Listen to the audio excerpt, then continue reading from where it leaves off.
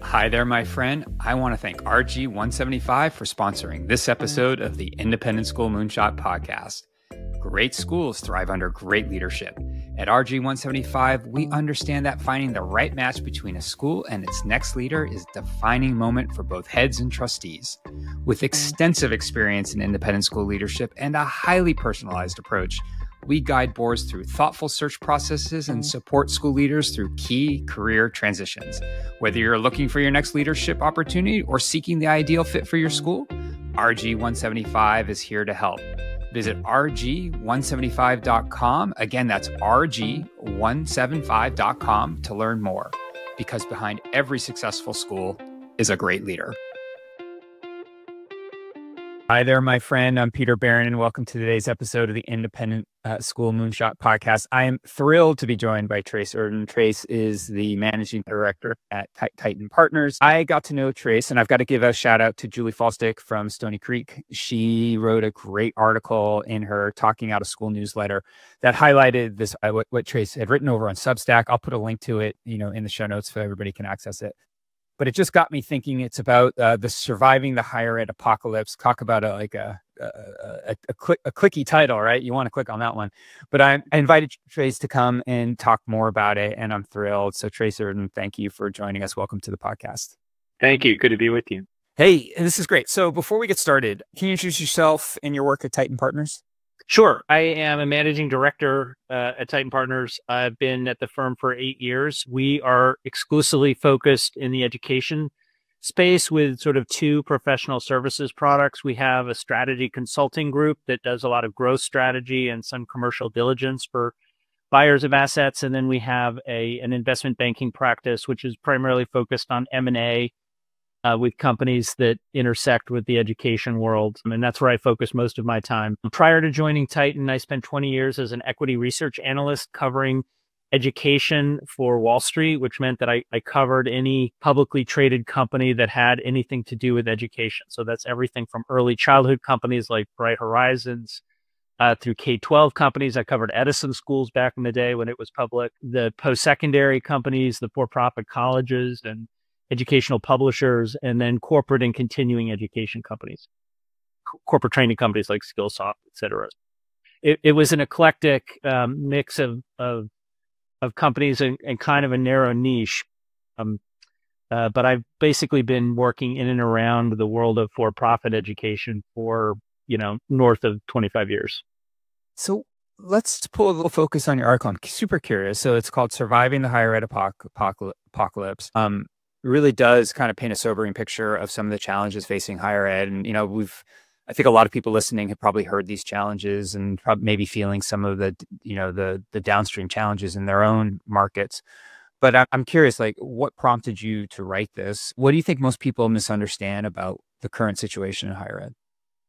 Yeah, I think that the immediate catalyst was just that I had seen, every month it seems there's another sort of tuition-dependent school that goes under because they failed to sort of deal with their challenges in time and they just run out of time. So, that's almost become a steady drumbeat. But I'd started to see a bunch of articles being written about the challenge, talking about how colleges and universities can reduce their costs. And it occurred to me that, that's fine and important. And a challenge in and of itself, but in a declining market, cutting costs isn't enough, right? You have to actually focus on growth, and that's sort of what prompted it. And then, of course, we've all seen some of the activity coming out of the federal government these days that's sort of adding additional challenges to colleges and universities. And as difficult as some of those things are, it struck me that to some extent they're a distraction, right? It's almost these sort of short-term issues that are coming out of the Trump administration for a lot of colleges and universities are not the real problems, right? The real problems are the demographic shifts that are taking place, placing real pressure on the long-term prospects for their business. And so that was sort of a combination of all those things that led me to try to, sound the alarm or sort of raise my hand and try to get people's attention. Can you define the demographic shifts? I'm curious. Well, yeah, it's complicated. I mean, the basic piece of it is just as you sort of understand the bolus of, population booms, you have these cycles of boom and bust, but overall, they're very visible, right? So you can see that the number of 18-year-olds that are graduating from high school is set to start to decline in absolute terms. In other respects, in terms of the number of 18-year-olds from affluent families, it's already been declining for some time, right? So the mix, even though there's been some growth in that population, it's been more and more a function of immigrant families and folks that are coming into the higher education market that don't have the kinds of resources that families in prior generations had. So you have this sort of, in one respect, there's sort of an absolute decline in population coming in, I think by 2028, that we sort of hit that inflection point. But over the last several years already, what we've seen is a decline in the affluence of the families that are coming to institutions. And so what that means is that for institutions that are tuition dependent, they've already been living with this challenge for a number of years. Yeah, and it seems like that runs in parallel with these incredible spikes in in tuition pricing over time. Well, yeah. So the tuition pricing is interesting, right? Because it's really the airline model. You have colleges and universities are loath to leave any money on the table that is available to them, so they keep jamming the prices up, but at the same time finding ways to discount their prices. So the actual mean price has not risen, but what you see is this extreme, right? So for affluent families that can afford these prices, they're being asked to pay them in order to subsidize the folks that can't afford them, who are getting, sort of significant discounts. So it's a real challenge in the space, right? The nominal price associated with most colleges and universities has really nothing to do with what they're actually receiving on a net per student basis. Yeah, I had read this article, and I may get this wrong. So, I'm sure you've got much, you correct me if I got it wrong, but effectively, like, this whole concept of tuition discounting started with the Ivies, right? They had abundance in terms of applicants. They realized that they were able to play the discounting game because they just had so many students who wanted to come. And then by virtue, and I'm simplifying this, right? So you fill in the blanks if I'm getting stuff wrong. So at the Ivy League level, like, they're having success with this, and then that starts to filter to the subsequent tiers below, to the place where now you're dealing with like really tuition dependent schools that are playing this game, but it's like a losing game, right? And they're not able to, fill their campuses because it's to make enough revenue to cover operating because they're discounting so heavily. Is that kind of right? Yeah, no, listen, I mean, it is the case that at most colleges and universities, no two students are paying the same price, right? So right. That's what I mean. It's like the airline model. Yeah. Some schools have actually had success by just, part of the challenge for a school that's not an Ivy is that when you have that nominally high price point, it scares off a lot of applicants, right? And so some schools have actually seen, they've sort of right-sized their pricing and had success with that. But the reason they got into this problem in the first place was that the price is seen as a proxy for quality. So over the last, 30 years, you've seen these sort of very dramatic price increases as a way to try to scale this affluence ladder, right? If you charge a lot of money for what you're providing, people will think that it's better quality. And so you're exactly right. A lot of schools have fallen into this trap where they wanted to sort of seem elite, become elite, and then, and then been persuaded to charge elite prices as a result of that, as a way to signal to the market that they are an elite school. But at some point you get too expensive, and then you start to scare people off. Well, and as in parallel to that, I imagine you're also seeing your expenses rise because you're trying to deliver on that promise of being elite, right? So it's this vicious back and forth between the two sides of the ledger. This is the thing. So in a market where the population is growing and more people are going to school, right? This kind of model has sort of worked, right? This is what in my article I call the Harvard model, right? So you're charging a lot of money. You're charging affluent families who can afford to pay full freight. You're discounting for students that are highly qualified or going to help your rankings in U.S. News and World Report because they have high GPAs or they have a high SAT scores. And yes, you're spending money on everything. You're spending money on amenities, you're spending money on faculty, you're doing everything you can to try to fulfill that elite promise. And in a market where there are more and more students coming into the market who want that, it really works. And you've seen a lot of schools really kind of emerge as elite that were never, considered elite 30, 35 years ago. And it's worked. The problem is that when we start to go in the other direction, that sort of virtuous circle, if you will, starts to work in the other direction where you can't, there are fewer and fewer students. You're having a harder and harder time attracting those folks. And then all of a sudden these costs that that you committed yourself to become a burden, and you have a hard time kind of extracting yourself from that situation. Well, you mentioned the Harvard model, so let's talk through. So you had 5 models in your piece. Can you walk us through them? Sure. Got to remember them now. I don't have them in front of me. So the Harvard model is what I call the sort of the standard approach, right? Where this is what I just described, where you're wanting to become more and more elite and attract those really affluent families and attract everyone, attract faculty. And, when it works, it makes everyone happy because you are investing, you are sort of satisfying alumni because your school is becoming more elite. You're satisfying the families that want to come to you. You're able to attract, professors and everything works. The next model that I talk about is what I call the Juilliard model, which is that you have a specialty in a particular niche where you become very, very good at one or two things and are able to compete on that basis. So, what matters there is your market is not as wide. So you have to be that much better at that thing in order to attract enough volume to kind of substitute for not being all things to all people. Then I talk about the Northeastern model. So Northeastern is really interesting case because, back when I was applying to school, it really was sort of seen as kind of a commuter college. It wasn't at all an elite institution. But what clearly is a backup for me, clearly. Yeah, exactly. Right. So it was everybody's backup school.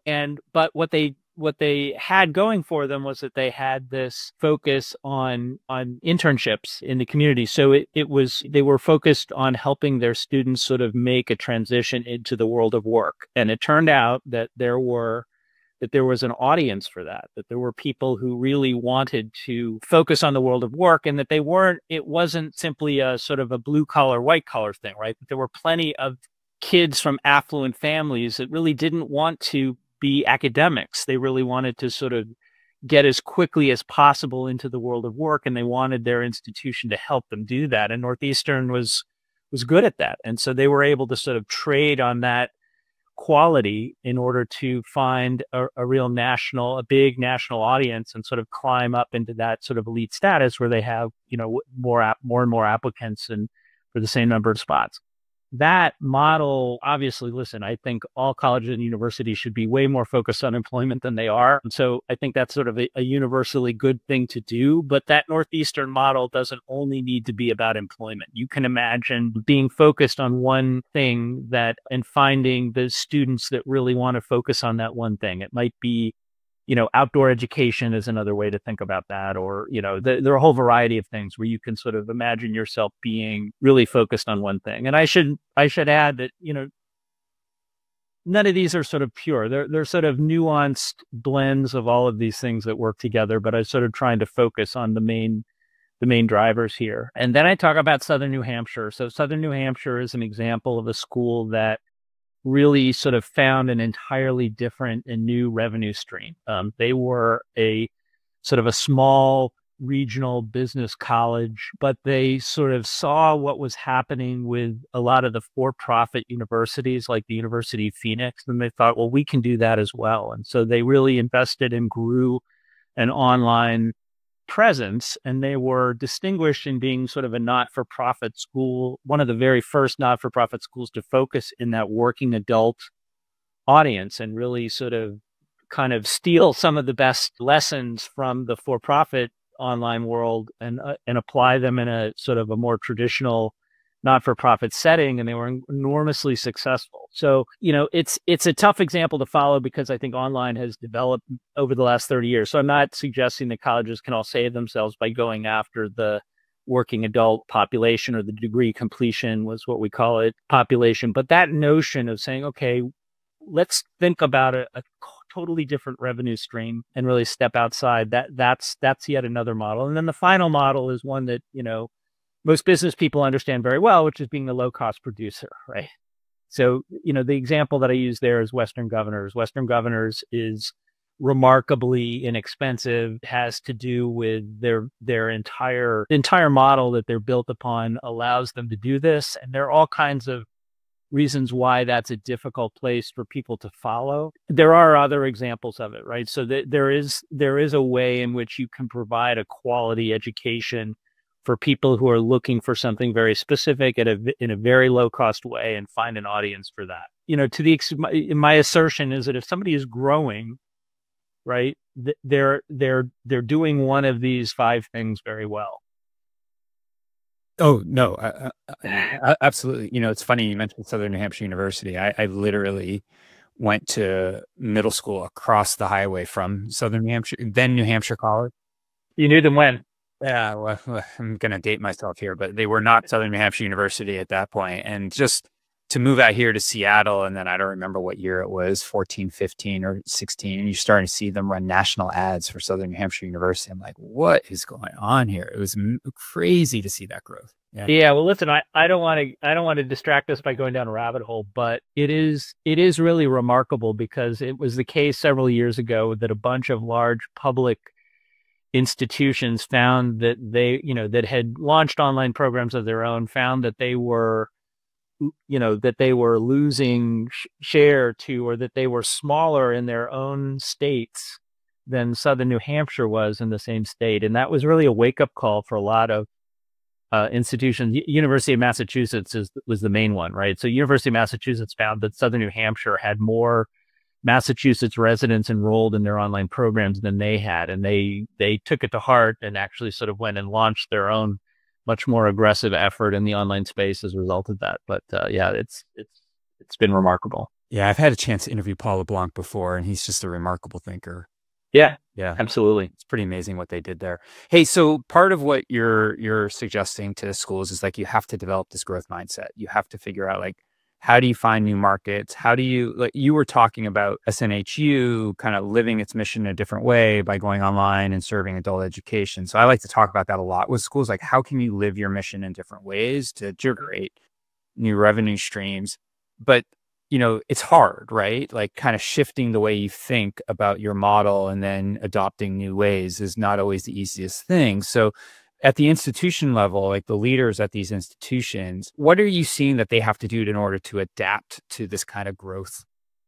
Yeah, it's enormously difficult, and it's difficult for any organization, but I think it's just particularly difficult in education. I mean, first thing is that you have to see it, right? You have to recognize that the problem that you have is something that's more systemic and can't be fixed by one more capital campaign or a loan or the sale of a discrete asset. Like, you have to recognize that you are facing some kind of challenge that you can't get around, right? So the demographic challenge, and then also along with that is just sort of appreciating in a really cold-eyed way where you sit in the competitive landscape. You have to be clear-eyed about who are we, and how is this sort of pressure that's happening in demographic, in enrollment, going to affect us long term.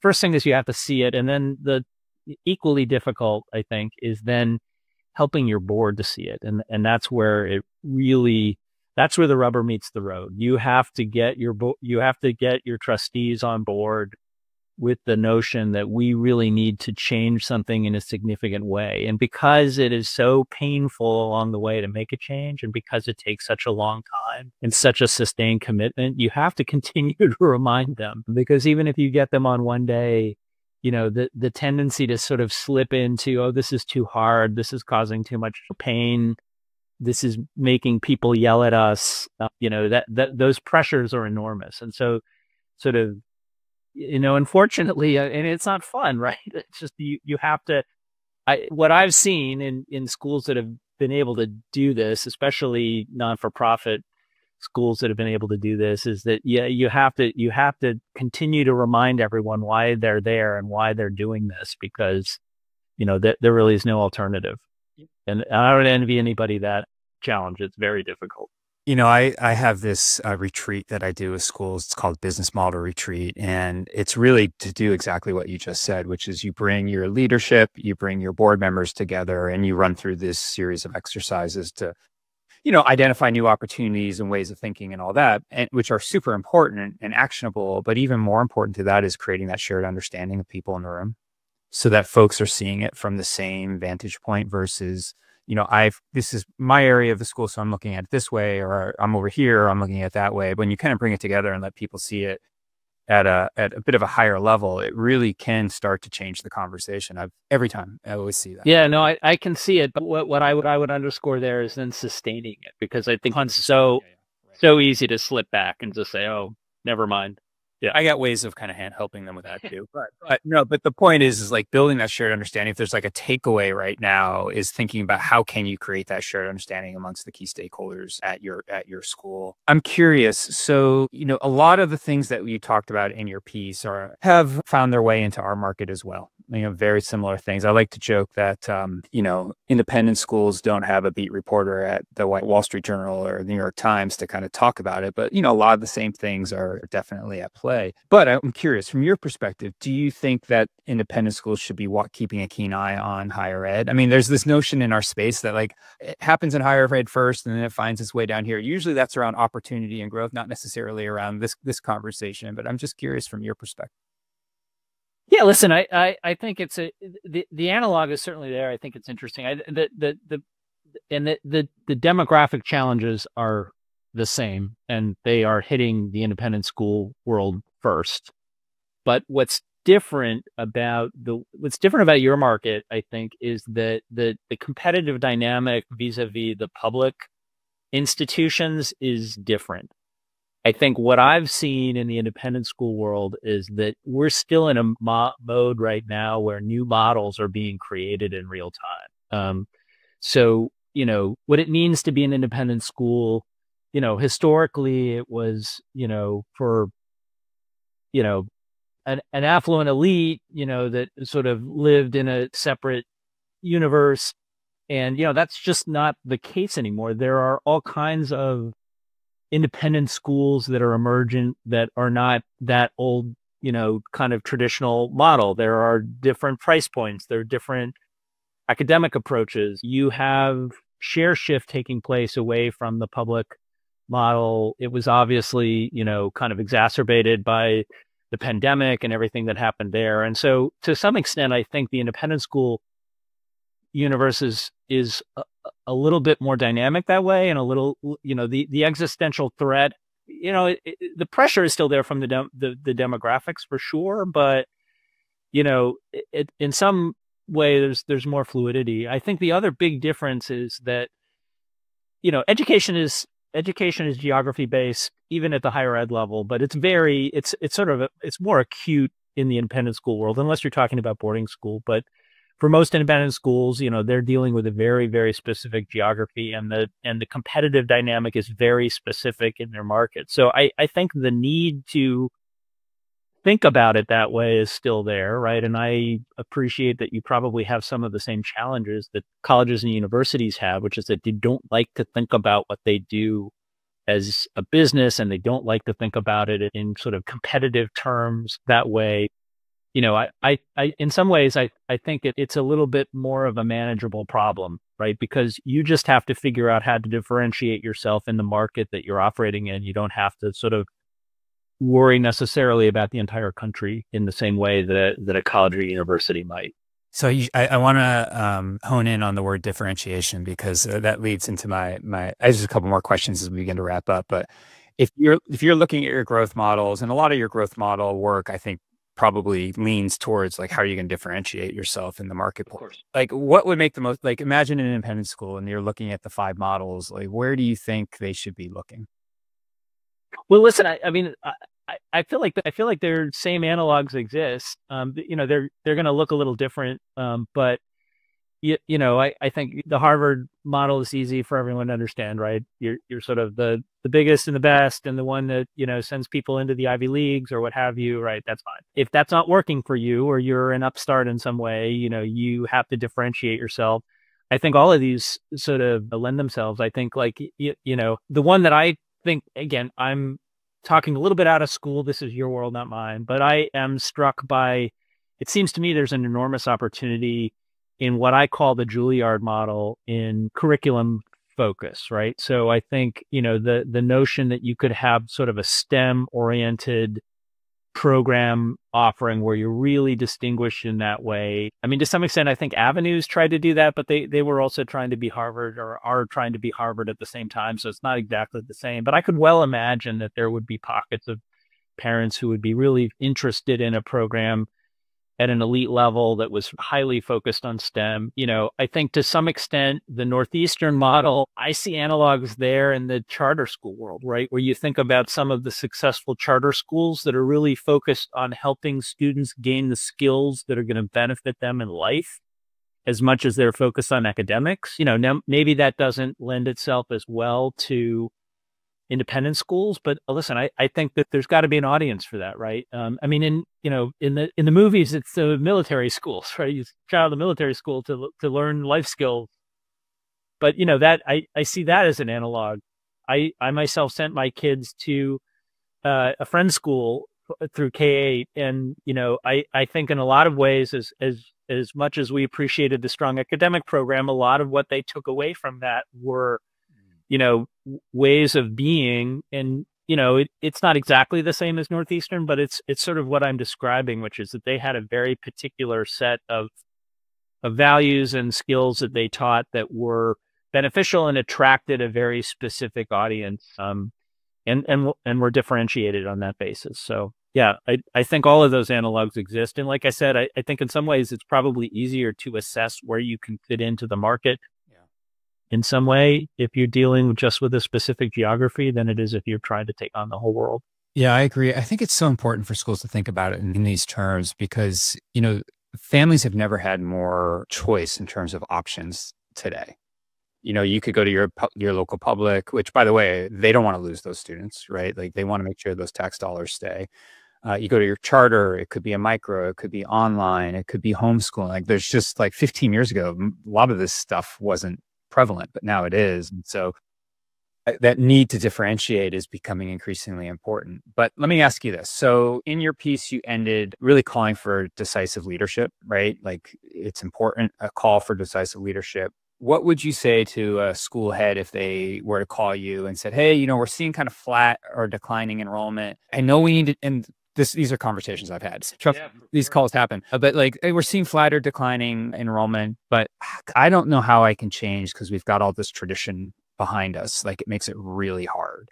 Like, how would you approach that question? I mean, I think I would probably default to sort of an analytical approach to start with, right? I think you need to really, really understand what's happening in your market. Is the market contracting overall? Is this something having to do with the economy, or are you simply losing share? You really need to understand where the students are going and why, because I think that really suggests a different range of answers. So I would invest the resources in trying to really understand that, what is the decline really about, and to try to be as objective as you possibly can, and then, like we were talking about earlier, I think you have to get your board on board. That's to try to avoid that construction. But yeah, you have to get your board on board. In some ways, I kind of think, again, I'm in your world, not mine, but I think in some ways, I feel like that's got to be a little bit easier for an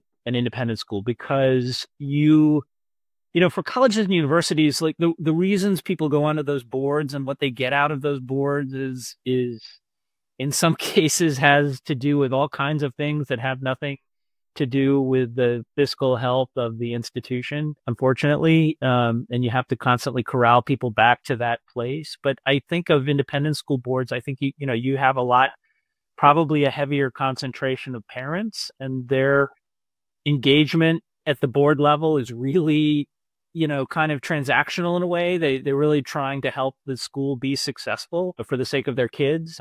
And so maybe they're a little bit less wedded to the tradition, maybe not. I mean, I'm sure that there's a range in that world, but, to some extent, I think, the hope is that you can put together a board, or you can, have a board that will be a little bit less, that can be a little bit more clear-eyed about what they're looking at, and hopefully get them on board. So I know I'm repeating what I said earlier, but I think it all begins and ends there. You have to really understand what the problem is, and then you really have to get, the support of the folks that matter. And of course it matters to get all of the different stakeholders involved, but the unfortunate challenge is that sometimes some of those stakeholders are going to be losers in any kind of hard transition that you have to make. So it really has to start at the top, in my experience.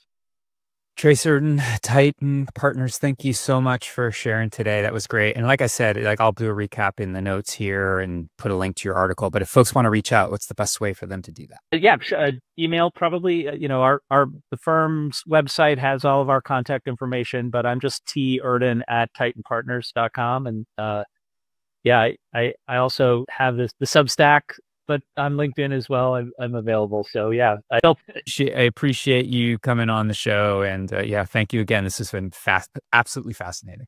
Thanks, Peter. I really appreciate it. Hi there, my friend. I want to thank RG175 for sponsoring this episode of the Independent School Moonshot podcast. Great schools thrive under great leadership. At RG175, we understand that finding the right match between a school and its next leader is a defining moment for both heads and trustees. With extensive experience in independent school leadership and a highly personalized approach, we guide boards through thoughtful search processes and support school leaders through key career transitions. Whether you're looking for your next leadership opportunity or seeking the ideal fit for your school, RG175 is here to help. Visit rg175.com. Again, that's rg175.com to learn more, because behind every successful school is a great leader.